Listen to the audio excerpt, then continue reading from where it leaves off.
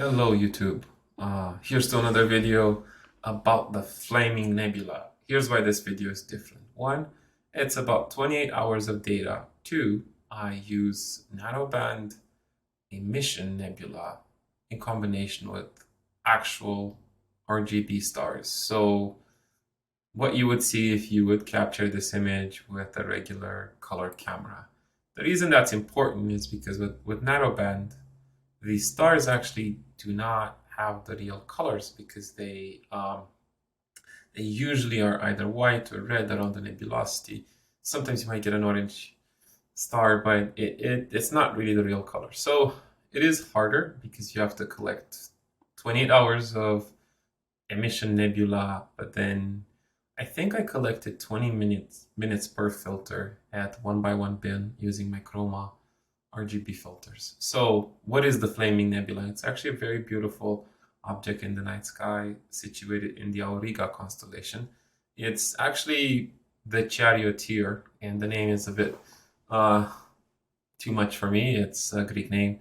It is right next to the Tadpoles Nebula, and the reason I shot this is because I was going to do a mosaic. Let's look at the equipment and let's get into the details. So the equipment, the Officina Stellare RH200 astrograph, really good telescope. I am very happy with it. I've had it for about a year and a half. I've got it working really well for the last 9 months. Haven't touched a single screw since then. Perfect mechanics, and it's just churning out beautiful images. It is combined with a QHY600 mono, really good camera used in high gain. I usually put my settings in the video description, so if you're interested in the gain and offset, scroll below. QHY filter wheel, really good, works really well. It has a proprietary cable, so I don't need more USBs. A Sato LP 3.5 focuser, very good, very precise. Cannot say a bad word about it. I know some people prefer like the FLI filter as focuser or the Gemini. Honestly, I just love what Filippo makes, and Tom, the guy who handles support, is always responsive, very nice guy, so I'm really happy. My scope isn't in the best shape of its life. It's seen a couple of bumps before I got it. It's not the prettiest, but it does work really well. It's about 25 pounds, as you can see, with two 22-pound counterweights on my iOptron EC 120 EC2. This is a very good mount. It is modern. It has USB 3 hubs in there, which is to all of us a shock because everybody's used to serial or RS-232 or things that kind of were back in the dial-up days, and that's the truth. So iOptron makes a really good mount. It's all red, which I like. Red's a beautiful color, and I'm not a communist. It's just the strongest color in the actual color color library, so it looks nice. Now this is the flat panel. I use the Optech flat panel, really good, very good. Dim controls, and is one of the only tools I use to flat field the scope. I use the actual sky sometimes, but it's unpredictable, and I'd rather not with such a fat scope because usually I have to do 1 second 0.0001, and that in itself could have issues maybe sometimes with too short of an exposure. Let's get into the data. So there's a lot of data. There's about 10 hours of hydrogen, and it is mind-blowingly beautiful. The flaming nebula being here, it extends, curves almost like a C shape, and then you have the tadpoles up here. This will make more sense as we look at the last image. The oxygen data, I was having trouble flat fielding this because of some clouds. I did my best. There's not a whole ton of oxygen there, so I did as much as I could and I left it. Sulfur, again, a lot of data, very beautiful, very nice. I think sulfur and oxygen I have about 9 hours, and hydrogen I have 10. So even hydrogen has some small issues with flat fielding due to some images that were taken with high clouds or bad seeing. It was a lot of data. I didn't want to lose it, so I ended up cropping it a little bit. But let's move on. So I stacked the image, and then it looked like this. Then I have the RGB stars. Now, I've actually extracted the stars from the rest because it looked horrible. Flat fielding RGB in my sky is a Herculean endeavor because the actual sky glow changes from one part of the sky to another. So by the time you start flat fielding, it's not that easy. So I just don't do it.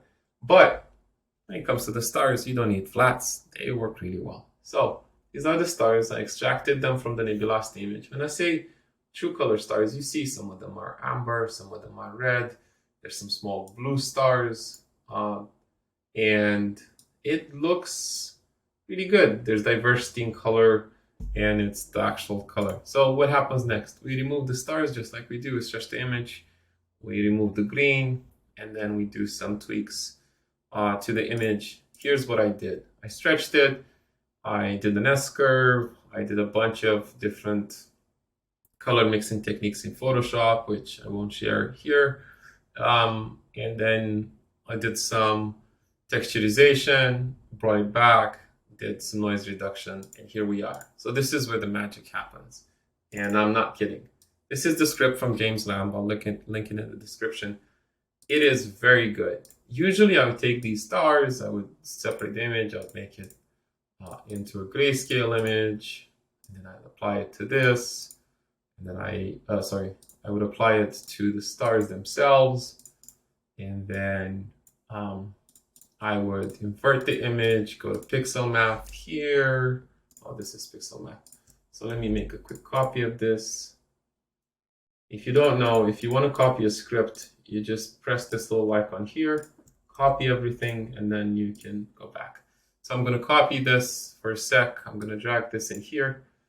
Actually, I'm going to make it easier. So I'm going to go in here and do SHU_2. And then I'm going to hide the mask. And then I'm going to apply the nebulosity. Well, what it does is, you see there's some weird things, halos around the stars in darker colors. The stars look like they're plunked in there. It looks pretty bad. I would work on it, but you can see this is not acceptable, not in my world. I wouldn't submit this to any kind of competition or anything like that. So let's go back. This is what I was doing, right? So now, let's pull back the script that James wrote. The important thing is your stars image needs to be called stars. So this has to be called stars. They have to be aligned. So before you remove the stars, make sure they're aligned so that you're not adding stars to the wrong place. And then it's actually very simple. You just drag this on top of the narrowband image. And then look at this. No more halos, even the smaller stars. This is exquisite. Amazing work, James. Keep it up.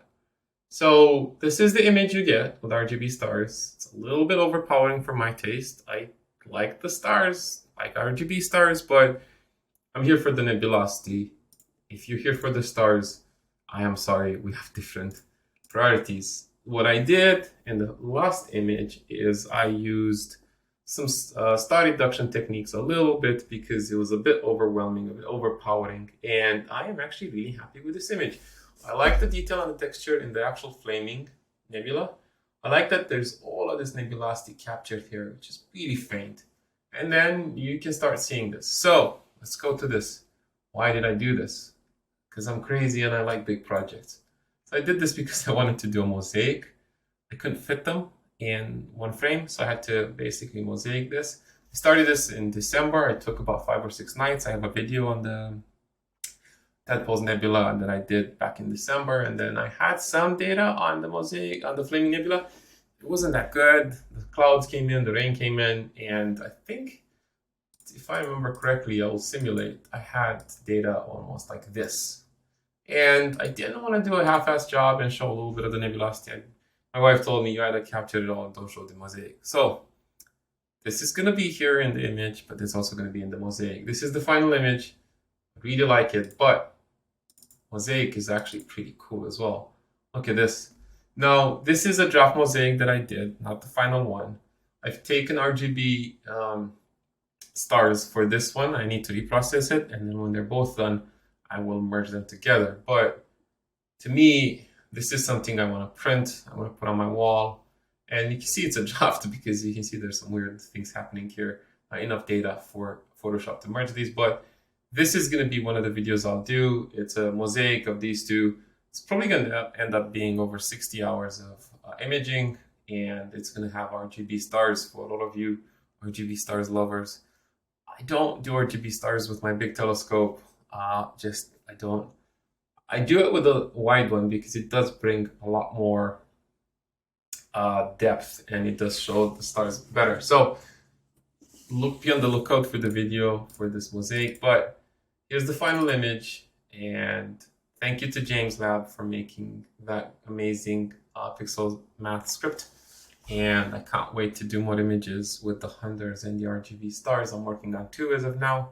And if you like this image, comment, share, subscribe, do whatever you think you want to do to support my channel. And I will see you in the next videos. And thank you for watching my astrophotography journey.